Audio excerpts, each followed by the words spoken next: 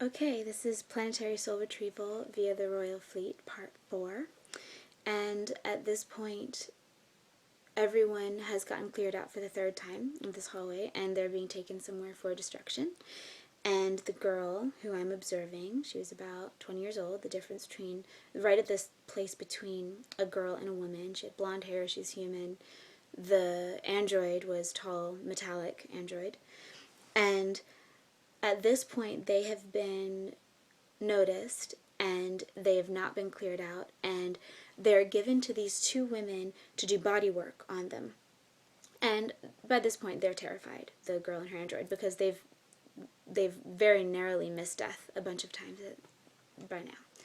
So the women are going to do massage and acupuncture on them, which is a very strange turn that this dream takes, but it makes sense when the rest of it happens. So the girl, these two tables all of a sudden are noticed, like massage tables, and the girl is going to get massage done, and the android whose perspective I'm in from this point, I've kind of bounced back between them over the course of the dream.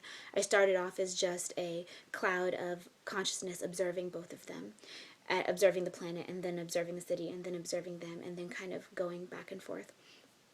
And at this point, I'm in the android, and he is nervous because he's been almost killed a bunch of times, and he sits on this table, and these two women, are attending to them, and this was the most heart I'd experienced in the entire dream so far. These women, who were the body workers, were loving, and it was the first time anyone had been loving in the dream. The girl, I guess she loved the android, but she was pretty much a slave, and she was just terrified. She didn't really have the space to even feel anything other than terror. So I don't know if she was loving or not. And also, this was unconscious slavery of the whole planet. So did anyone have the space to even feel love? They were always just under some form of control. So the free will choice was not really there for them. So he's terrified. They bring out this machine that they hold behind him, like a handheld thing, maybe about yay big, that they're holding like this. Kind of like a blow dryer handle, but then the actual area where the energy came out was large and kind of shaped in a U shape. And so they're holding it behind his lower back, and he's terrified, but he's limited by his language. So he's saying, I'm very afraid. I'm very, very afraid. I'm very afraid, because he's just freaking out. But that's the only way he can express himself, is very polite and really clear and concise. And the women assure him, as this heat starts to go through his back, he's afraid he's going to get killed. And they say, no, it's fine. And at that moment, I, from the perspective of him, feel this incredible pressure and then this incredible release going all the way up my spine. And the interesting thing is, because they're moving the machine up his spine, the interesting thing is, in my waking life, I had been needing a good cry for a few days now. I'd felt that pressure coming up. When you're releasing something, I didn't even really know what it was. It felt like it could be super old stuff, like maybe even from my childhood, maybe even from other lifetimes. And I hadn't been able to cry because I kind of had a difficult time opening the tear gates on myself, just personally. And at that moment of the expansion and release, I felt this huge wave of relaxation go through me.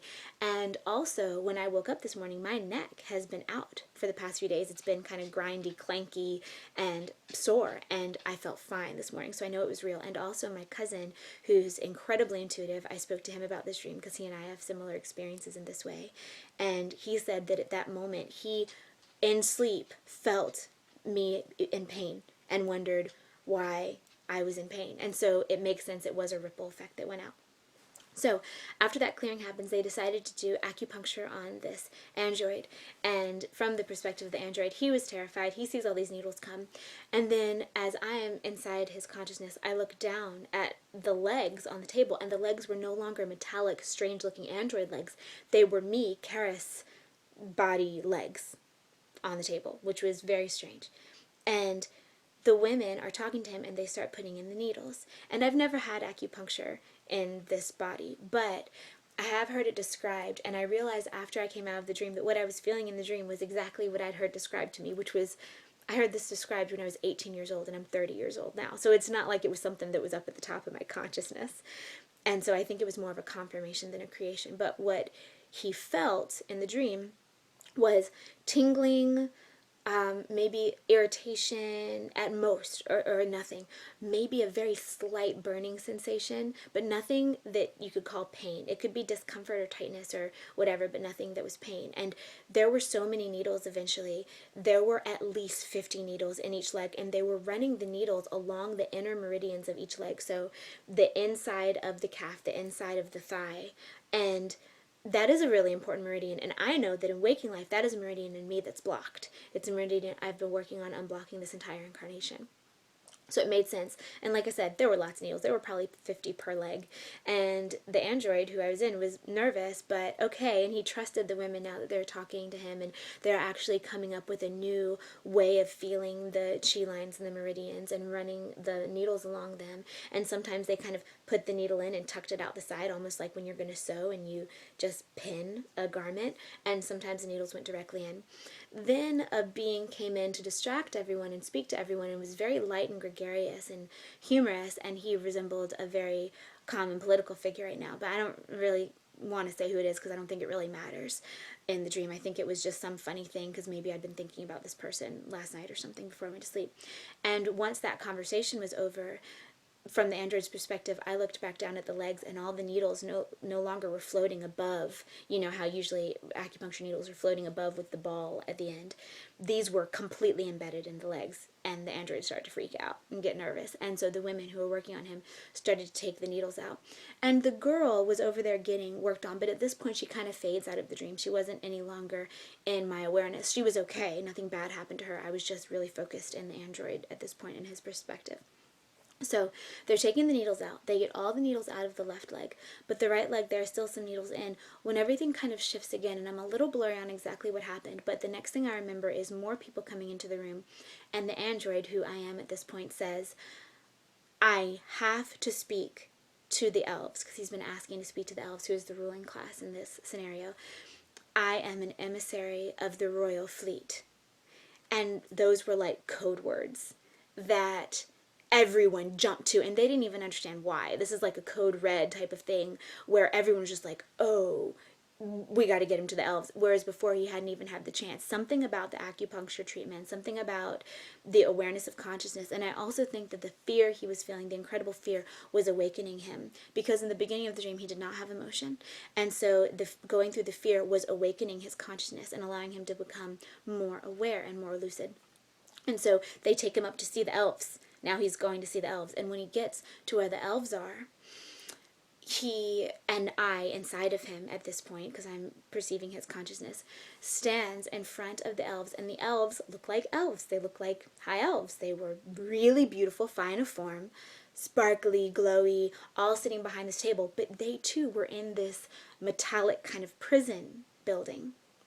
And so now everything about this android's manner shifts now that he's kind of where he's supposed to be. And this is very different than the rest of the dream. And this is also when I started to become more lucid, and I started to realize that this was an experience that I was having, not just being a passive observer. And so he's looking at the elves, at the ruling class sitting behind this council table very sternly, and says, are you aware that they have become sentient? Speaking about the humans. And the elves are looking at him, and they're not really aware, but it's been way too long. And I'm remembering before, in the hallway, the robot, the android, is realizing that this is a broken system. He's looking around and realizing, oh, this system is very broken. When a paradigm has to kill off its own beings, this is a very outdated, broken system. And then a knowledge comes in from somewhere else. It was almost like an earbud, but directly into the brain, saying, no, it's not that it is a broken system. This is a prison planet. And realizing that laws are being broken as I'm observing it. So it's like kind of like went in as a new way of seeing what was happening on this planet and realizing that this is out of whack, it's bad, it needs to be altered. And so fast forward now to being up and speaking to these beings. Are you aware that they being the humans on this planet who are being enslaved and not given the option to have free will, are you aware that they've reached sentience? And the elves weren't. And so even though they weren't, you would think they were innocent, but also it was their fault too, because they were supposed to be the guardians and the keepers of this paradigm. And so, in a moment, the android realized that they too were prisoners as well by something he saw in their hands, but I'll have to put that in the next installment number 5, because I've again run out of time. So I'll see you guys in just a second.